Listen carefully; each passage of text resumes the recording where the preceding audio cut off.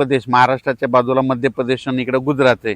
ह्यामध्ये 22 ते 26च्या दरम्यान मध्य प्रदेशमध्ये इंदोर, खंडवा, बुरामपूर त्या परिसरामध्ये, त्याच्यानंतर इकडं सुरत, गुजरातकडे खूप पाऊस पडणार आहे. त्याच्यामुळं महाराष्ट्राच्या बाजूचे जितके तालुके आहेत समजा लगतचे, मग त्याच्यामध्ये भंडारा येतं, गोंदिया येतं, अमरावती येतं, अचलपूर येतं, मोर्शी येतं, त्याच्यानंतर जळगाव जामोद येतं, त्याच्यामध्ये जळगाव येतं, जळगाव येतं, धुळे येतं, नंदुरबार येतं.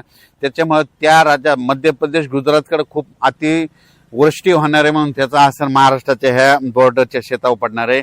म्हणून हा अंदाज त्या शेतकऱ्यांना अंदाज लक्षात यायचा, कारण की तिकडं मुसळधार म्हणजे आपल्या मध्य प्रदेश आणि गुजरातची जी सीमा आहे, तर त्या सीमालगतचे जितके तालुके आहेत आणि जितके जिल्हे आहेत त्या जिल्ह्यामध्ये मात्र अतिमुसळधार पाऊस पडणार आहे, म्हणून त्यांनी देखील अंदाज लक्षात यायचा. त्याच्यानंतर बुलढाणा जिल्ह्यामध्ये घाटमाथ्याच्या खाली म्हणजे इकडं जळगाव जामोद, इकडं नांदुरा त्या परिसरामध्ये देखील मुसळधार पाऊस पडणार आहे, म्हणून त्याच्यासाठी आनंदाची बातमी. इकडं चिखली, बुलढाणा, खामगाव, मेकर तिकडे देखील चांगला पाऊस पडणार आहे.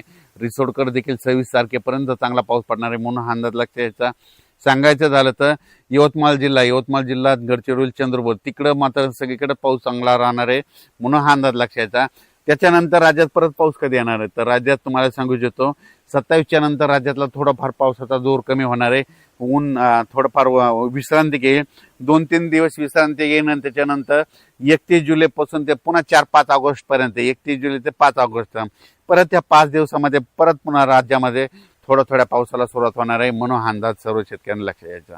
त्याच्यानंतर आता म्हणजे विशेष म्हणजे आता पंढरपूरची यात्रा आहे, तर पंढरपूरची यात्रा जी येत असताना त्यांना वाटत मात्र ह्या 3 दिवसामध्ये 22, 23, 24च्या दरम्यान त्यांना तिकडे पाऊस भेटणारच आहे, पण खूप काय मोठं नसणार. फक्त आज आणि ह्या 2 दिवसामध्ये थोडा जास्त भेटेल, पण 25 तारखेला म्हणजे यात्रेच्या दिवशी म्हणजे पंढरपूरच्या यात्रेच्या आषाढी एकादशीच्या दिवशी तिथं मात्र रिमझिम पाऊस पडणार आहे, म्हणून हा अंदाज त्यांनी लक्ष द्यायचा. आजूबाजूच्या परिसरात देखील पंढरपूर तालुक्यात देखील पाऊस पडणार म्हणून त्यांनी देखील अंदाज लक्षायचा.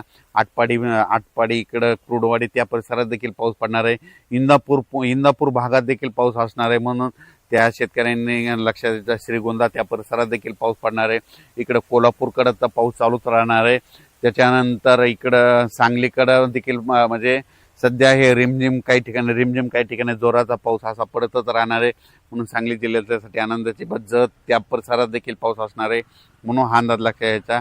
त्याच्यानंतर जालना जिल्ह्यात देखील काय होणार आहे, इकडं जालना जिल्ह्याचा इकडला उत्तरेचा भाग म्हणजे राजूर गणपतीपासून ते याच्याप्रमाणे सोयगाव तालुका जळगाव जिल्ह्यातल्या त्या परिसरामध्ये सिल्लोड, जाफराबाद, भोकरदन त्या परिसरामध्ये, त्याच्यानंतर सिंदखेड राज्य इकडं धाड ह्या परिसरामध्ये मात्र ह्या 22 ते 26 आजपासून जरा जोराचा पाऊस पडणार आहे 22 ते 26च्या दरम्यान, म्हणून हे लक्षात यायचं. काही जे छोटे तळे येतात त्या छोट्या तळ्यामध्ये पाण्याची आवक देखील ह्या 6 दिवसामध्ये बघायला भेटेल, म्हणून हे अंदाज देखील लक्षात घ्यायचा. तसे तेलंगणामध्ये देखील तेलंगणाच्या सर्व शेतकऱ्याला सांगू इच्छितो, महाराष्ट्राच्या लगत जे डोंगरी तहसील आहे त्या भागातल्या शेतकऱ्याला सांगू इच्छितो तिकडे देखील चांगला पाऊस पडणार आहे. इकडं निपाणी देखील निपाणी तिखोटी त्या परिसरात बी पाऊस पडणार आहे, म्हणून हा अंदाज लक्षात यायचा. म्हणजे तेलंगणा, कर्नाटक बी पाऊस राहणार आहे. पण गुजरातचा शेतकरी जर अंदाज घेत असतील तर गुजरातमध्ये जे सुरत, अहमदाबाद तिकडं मात्र जसं मुंबईकडे जे पाऊस पडला होता तिथं 500 ते 600 मिलीमीटरमध्ये ह्या 4-5 दिवसात पाऊस पडणार आहे. गुजरातमध्ये म्हणजे अहमदाबाद, सुरतला देखील खूप पाऊस पडणार आहे, म्हणून सुरतच्या जनतेने अंदाज लक्षात यायचा. अहमदाबादच्या जनतेने अंदाज लक्षात यायचा. इंदोरकडे देखील अतिमुसळधार पाऊस पडणार आहे. बुरामपूर इकडं खंडवा त्या जिल्ह्यातल्या शेतकऱ्यांनी अंदाज लक्षात यायचा, कारण की तिकडं देखील अतिवृष्टी होणार आहे, म्हणून त्यांनी देखील अंदाज लक्षात यायचा. म्हणजे सांगायचं झालं तर गुजरात आणि मध्य प्रदेश तिकडे पाऊस पडत असल्यामुळं जे वंचित जिल्हा होता बघा पावसापासून, जे नंदुरबार जिल्हा होता, धुळे जिल्हा होता, जळगाव जिल्हा होता, त्याच्यामधले पारोळा तालुका, त्याच्यानंतर रावेर, हे असे बरेच काही तालुके होते तिथं पाऊस अद्यापही पडला ना, पाचोरा ह्या पडला नव्हता. तिथं मात्र ह्या आता 22 पासून ते 26च्या दरम्यान मात्र अतिमुसळधार पाऊस पडणार आहे, म्हणून हा अंदाज लक्षात घ्यायचा.